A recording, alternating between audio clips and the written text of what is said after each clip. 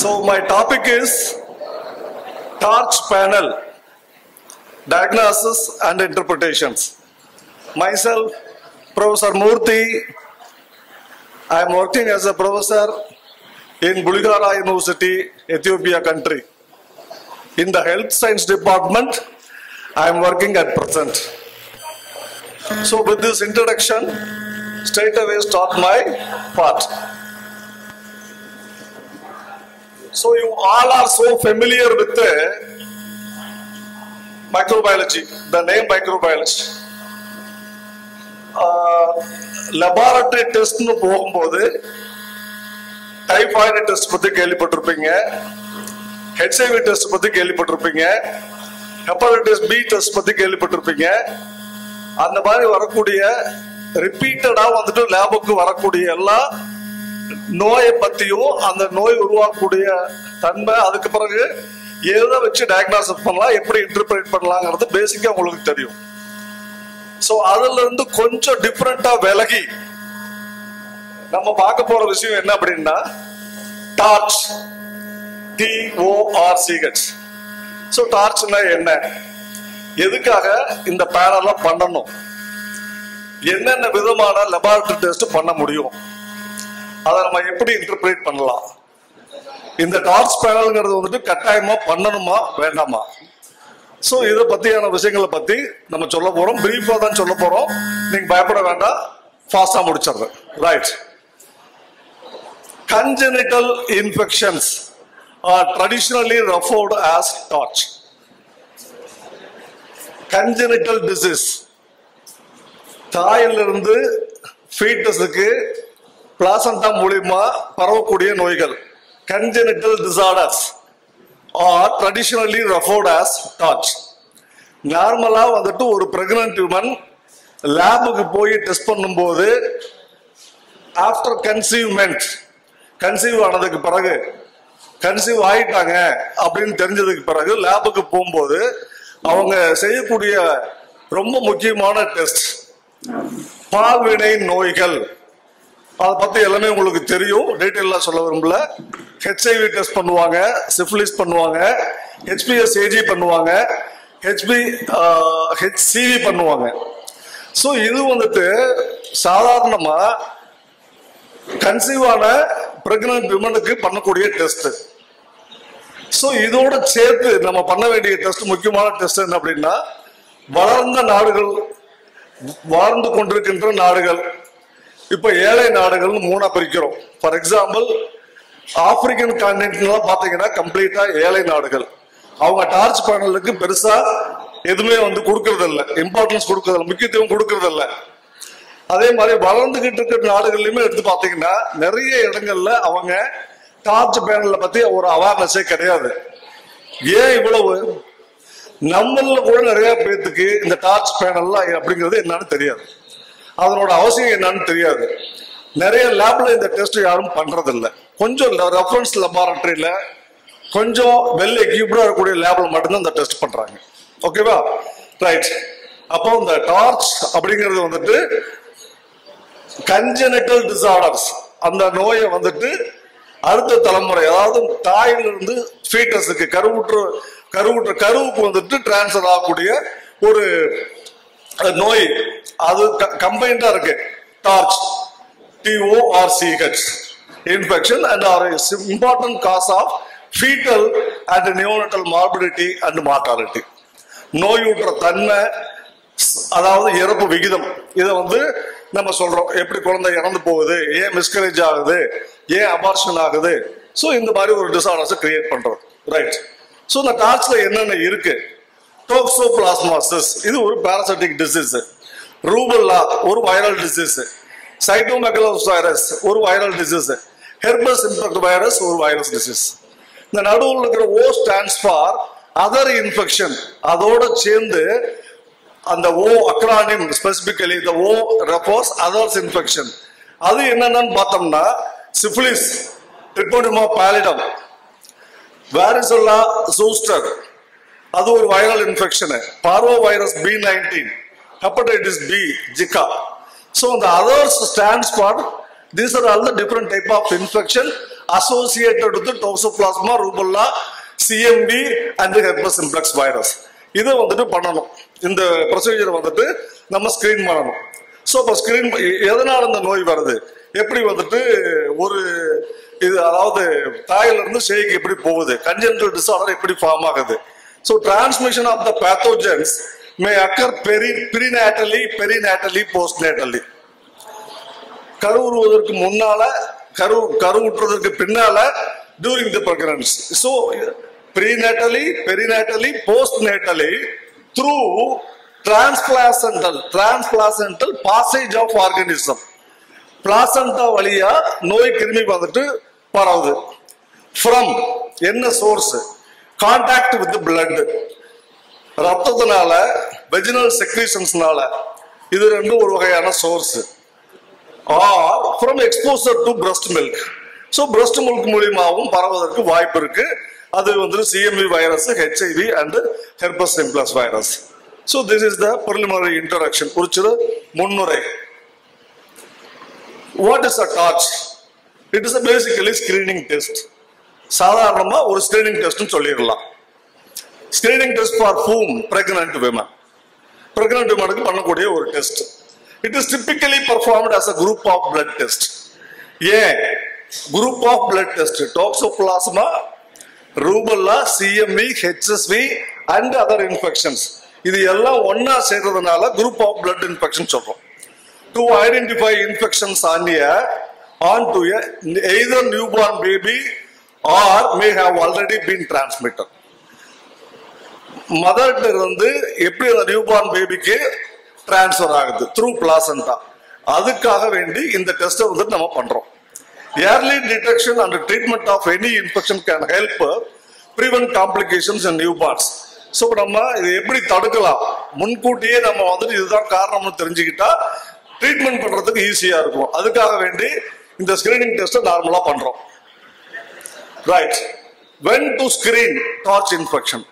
எந்த சூழ்நிலையில நம்ம இந்த டெஸ்ட்டை பண்ணணும்? ஸோ ஒரு 4 வகையா பிரிக்கிறோம். Routine screening for syphilis and hepatitis B is done ஆன்டனட்டலி.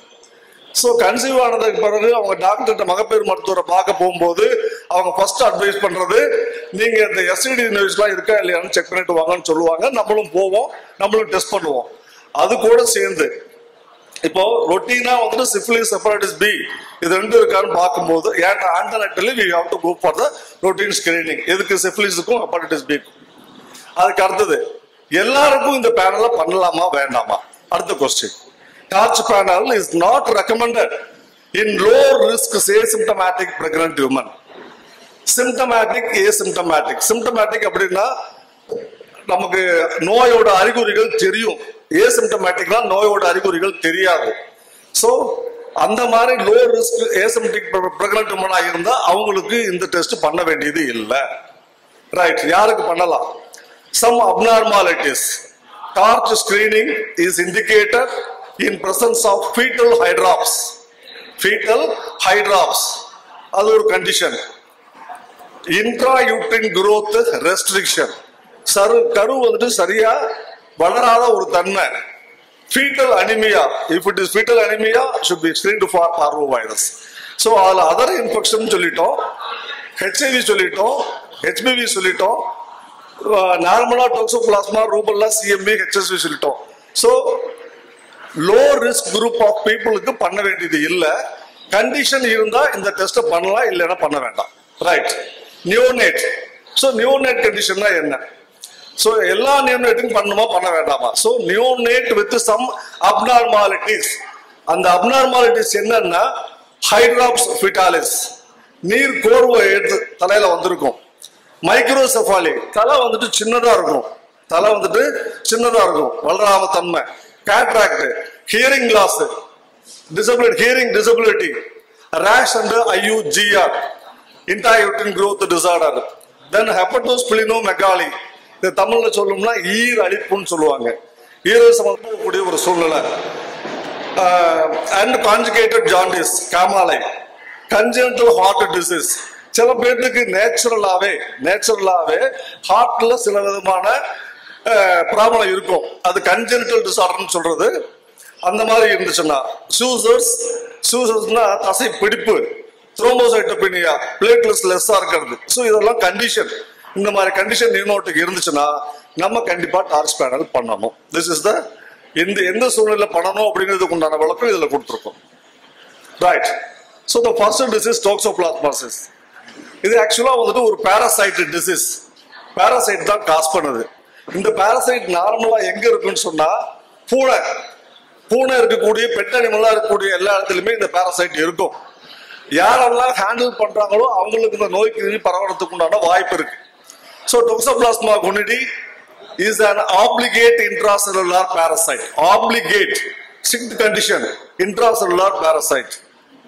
The infection is acquired by undercooked meat. சரியா வேக வைக்காத மீட், அதுல சிஸ்ட் ஃபார்ம்ல இருக்கக்கூடிய இந்த ஆர்கானிசம் பரவுவதற்குண்டான நோய் கிருமியை பரவுவதற்குண்டான ஒரு வாய்ப்பு. Injection of water or food contaminated with oocyst.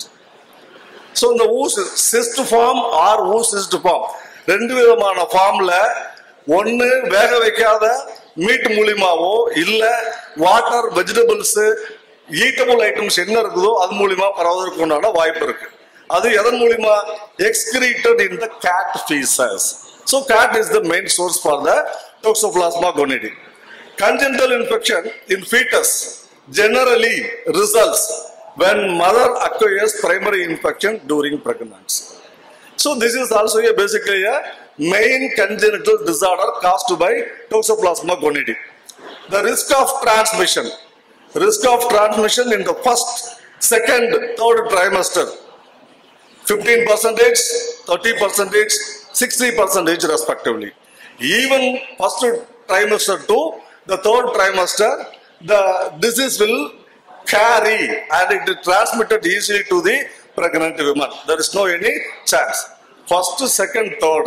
So the maybe percentage is higher percentage, medium percentage, or low percentage, higher percentage, and maximum higher percentage. So this is the how the transmission risk with the pregnant woman we analyze. Right. So the diagram shows what? Cat is the main host. The remaining domesticated animals are the intermediate host. So from the main host and intermediate host, how the cyst form and oocyst form transmitter from soil contaminator or vegetables contaminator or water contaminator. So from this, usually the human beings are contracted in the environment. So finally they will get the infection also. So contaminated food, water, fruits and vegetable ingested, that means contaminated with either in the form of cyst or in the form of oocyst. There is only the two probabilities. Right. So what is the prevalence rate? So the prevalence rate accordingly, countries where it is, where we are. So that is tropical, temperate, montane, altitudes are different. So in our country, tropical country, the tropical country, it is the better source for the transmission of the Toxoplasma gonidi organism. அதுக்கு அடுத்த stage எப்படின்னாக்க, the prevalence rate of Toxoplasmosis India during pregnancy generally 20 to 44%. So this variation depends on the area. Where the cats are more, the percentage will be more. Where the cats are less, the percentage will be less. The seroprevalence of Toxoplasma IgG antibodies,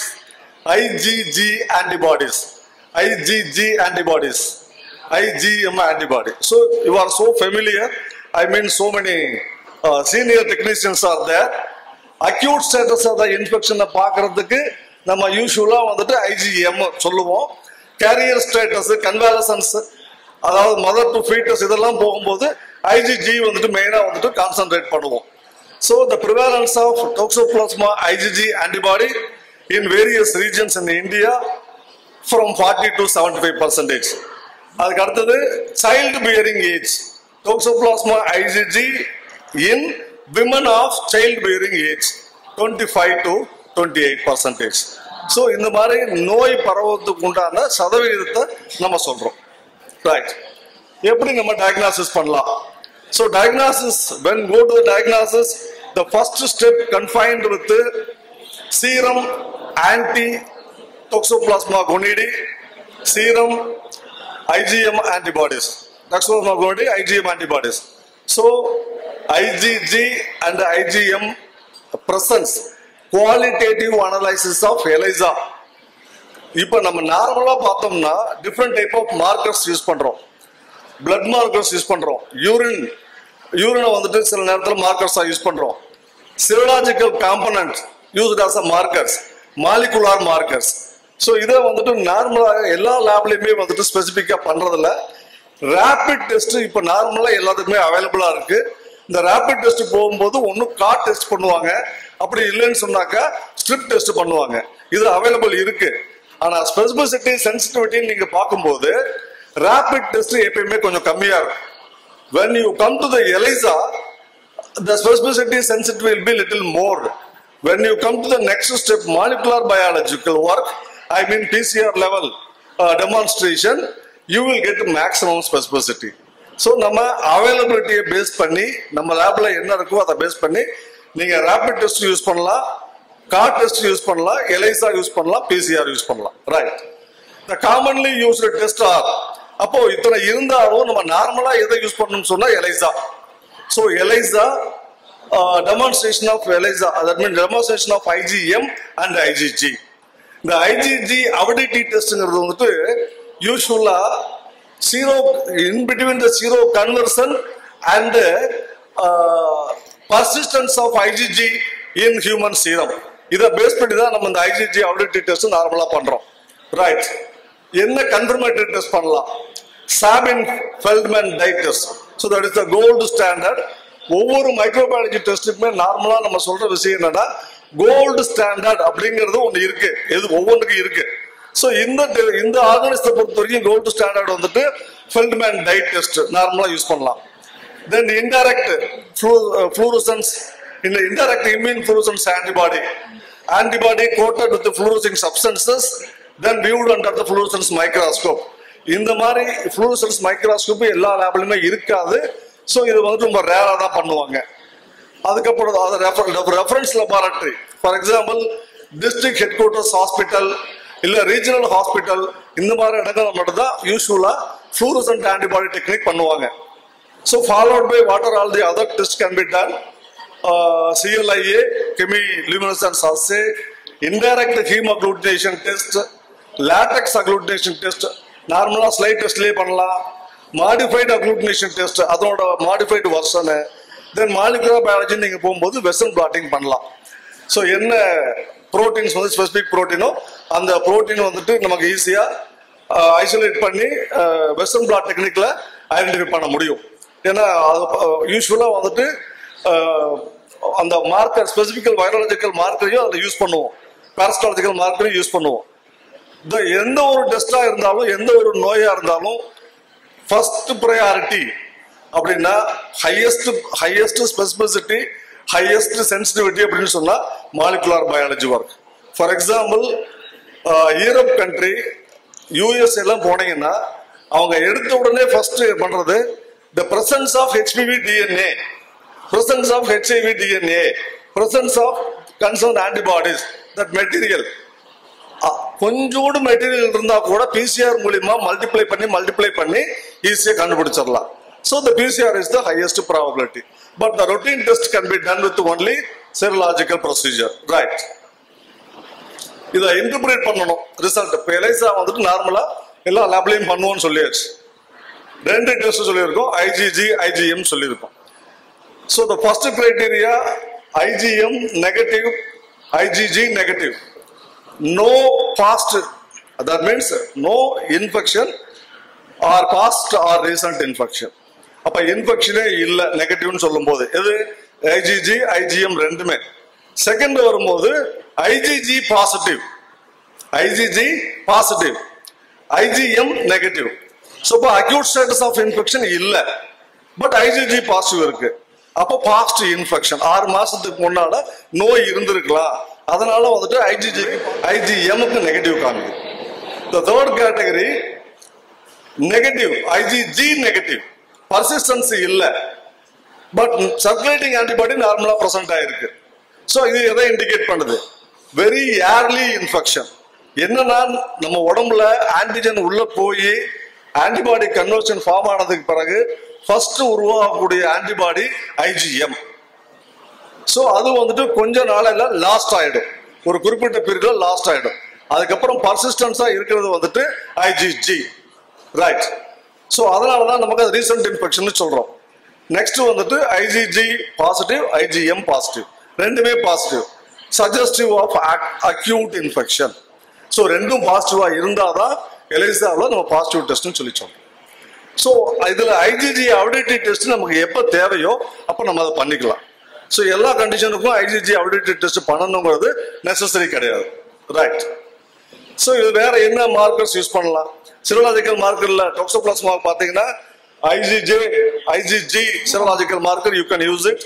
IgM, IgG avidity test when it is necessary. In addition of the surface antigen, then glycosyl phosphatidyl inositol 1 antibody, that is also we can use it. So that one side completely serological marker, the second one is completely molecular marker. So the two different markers we can use it for the identification purpose. But when it is necessary, what doctor suggested, physician or clinician suggested, accordingly availability of the test procedure in the laboratory, you can go ahead. So that is the main thing. ஏன்னா இருக்குங்கிறதுக்கு எல்லாம் நிறைய test இருக்கு, எல்லா டெஸ்ட்டுமே லேப்ல நம்ம வந்துட்டு போட்டு பார்த்துட்டு ரிப்போர்ட் கொடுக்க முடியாது. நம்ம கிட்ட என்ன அவைலபிலிட்டி இருக்குதோ அதை பேஸ் பண்ணி ரிப்போர்ட்டை கொடுத்துட்றோம், அவ்வளவுதான், right? So second one rubella, German measles.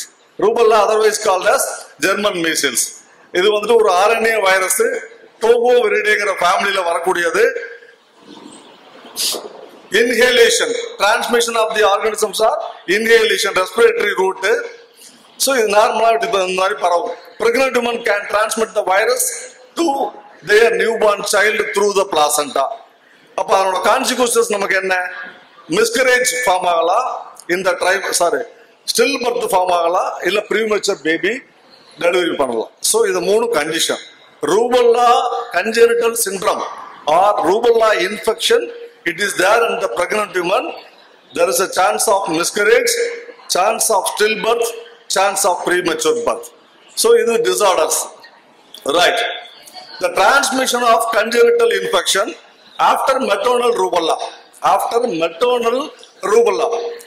70 to 85%. So maternally highest transmission process will occur. அடுத்தது ரெண்டாவது stage, first trimester 30 to 54%, then 13 to 16 weeks gestation period, 10 to 25% at the end of second trimester.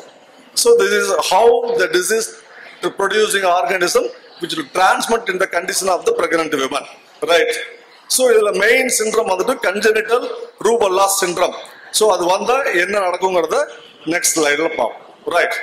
So this slide shows rubella virus, congenital rubella syndrome அப்படின்னா என்ன நமக்கு சொல்றோம்? Placenta வழியா mother இருந்து ஃபீட்டஸுக்கு disease producing organism transmit ஆயிடுது. Transmit ஆனதுக்கு பிறகு த dividing of cells, கரு இருக்கு இல்லையா, அதை போய் இதை டார்கெட் பண்ணி டிஃப்ரெண்ட் டைப், அதாவது 2-3 விஷயத்துல வந்துட்டு டேமேஜ் பண்ணும்.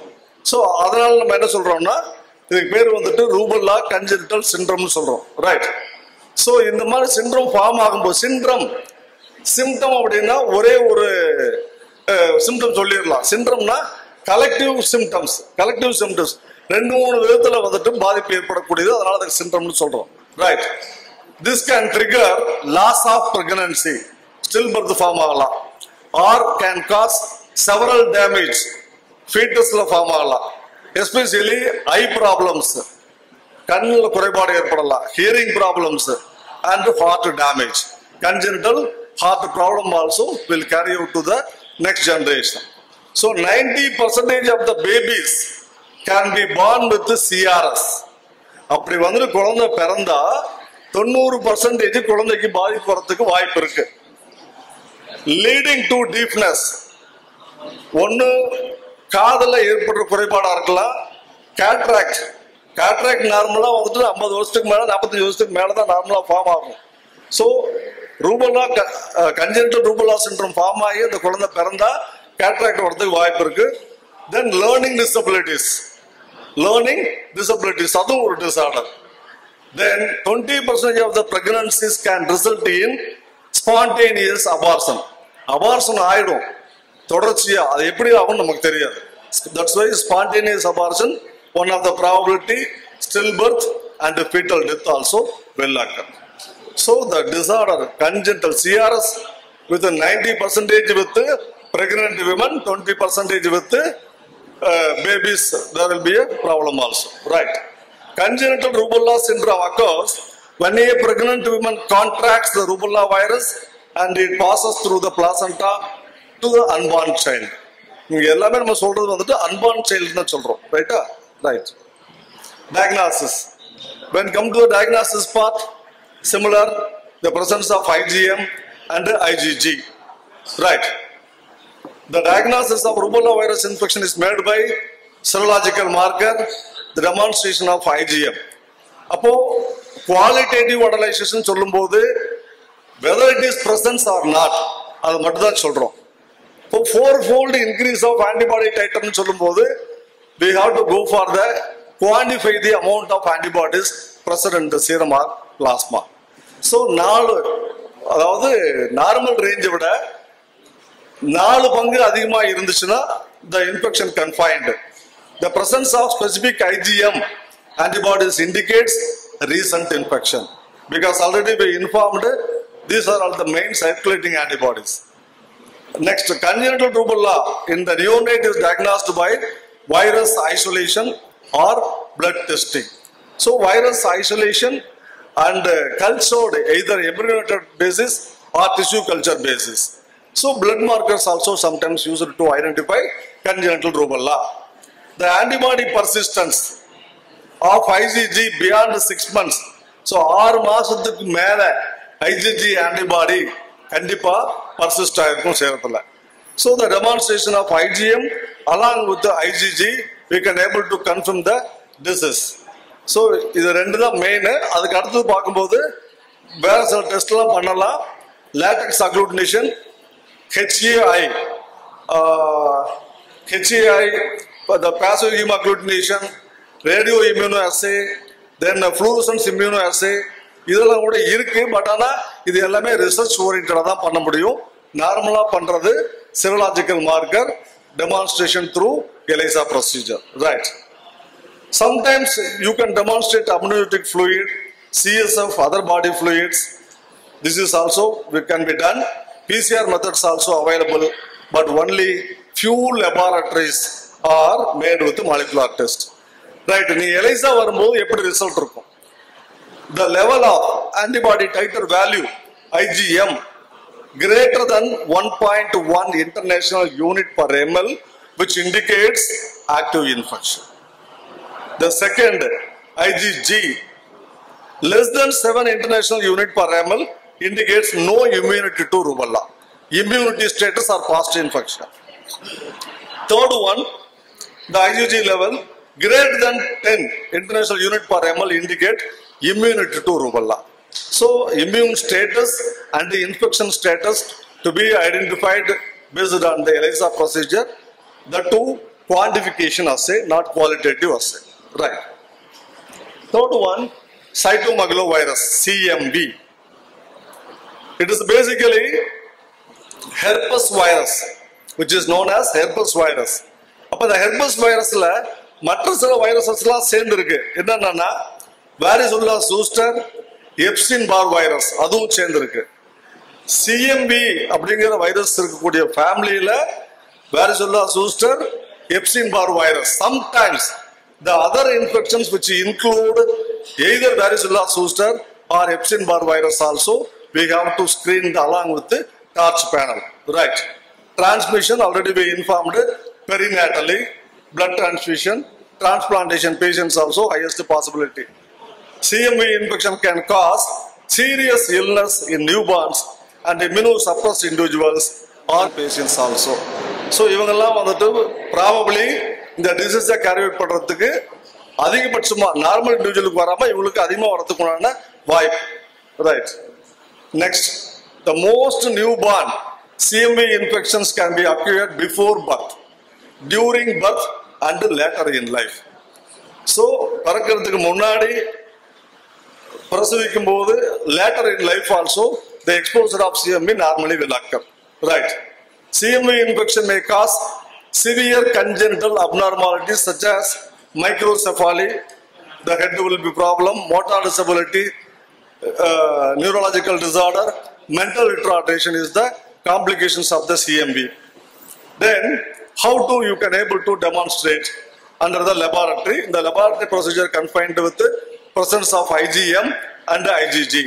Presence of IgM, circulating antibodies, IgG, persisting antibody.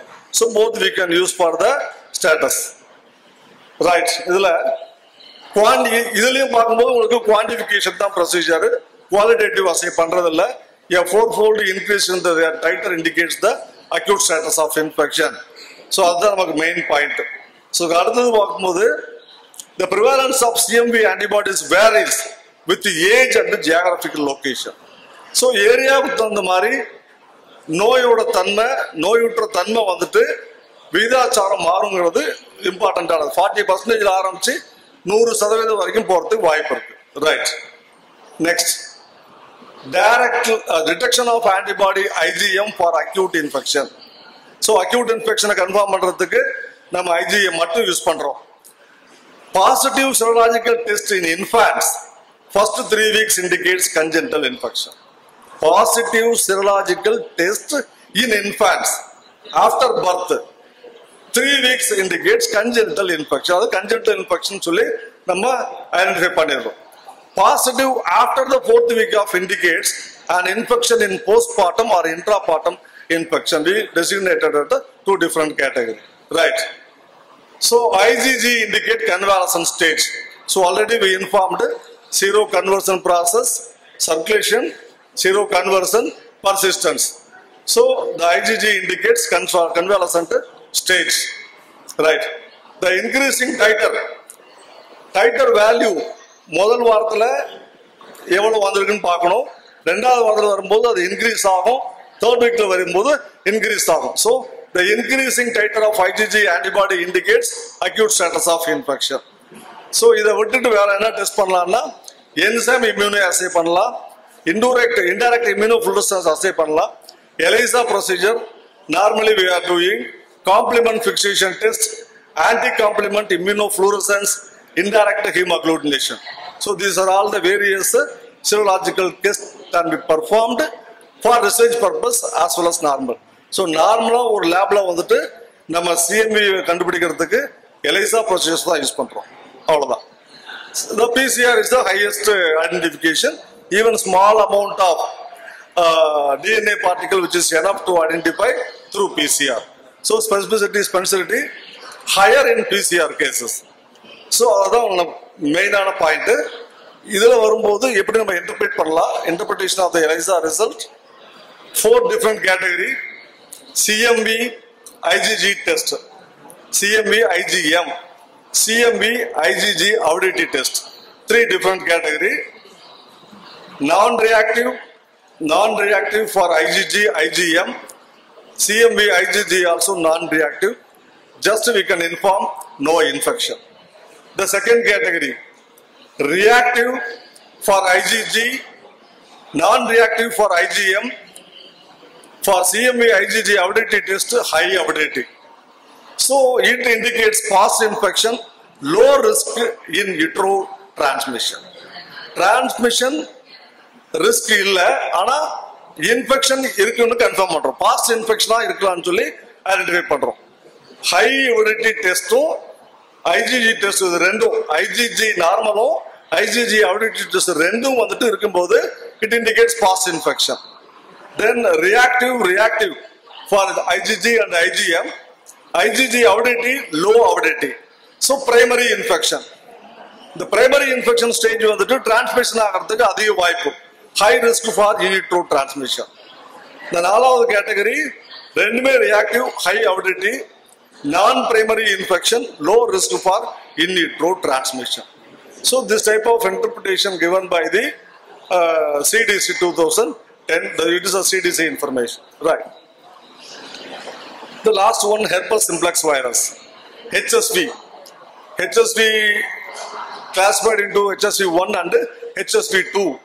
HSV1 confined with the skin infection. HSV2 confined with the genital ulcers. So this is the preliminary information. Epidemiology, humans are the natural host for the herpes virus, and the newborns usually get HSV2 as it predominantly causes genital infection. HSV2 mother ku vandu infant varadhukku adhigapaksha vaaipu. To differentiate HSV1 and HSV2 அப்படிங்கிறது அது separate category, right? The pathophysiology, HSV transmit to the mother by sexual contact. Sexual contact மூலமா மட்டும்தான் இந்த நோய் வந்துட்டு பரவும், and later to be fetus via either ascending infection or exposure during parturition. Maternal primary infection during the third semester. Maternal primary infection during the third trimester has the highest percentage of neonatal infection. So maternal blood மூலமா பரவுறது மட்டும்தான் infection rate வந்துட்டு neonatal அதிகமா இருக்கும், right? So the HSV also, which produces different type of disorders, localized to the skin, eyes, eye disorder, mouth can be, some source will be occur, localized to central nervous system, CNS disorder, disseminated disease involving multiple organs. So that is, these are all the various complications normally produced by the organism, right? Here, next to the demonstration of organism under ELISA, the demonstration of IgG and IgM normally we are using. Here the main point is how you can able to distinguish between HSV1 and HSV2. HSV1 already we informed, the one is confined with the skin infection. The type of herpes primarily associated with only cold source. HSV2 genitally transmitter. So that mainly causes for genital herpes. So this is the main difference of the two, right? So this diagram shows how we can able to demonstrate the antibody. Both antibody are present in the serum sample. You can't able to distinguish it.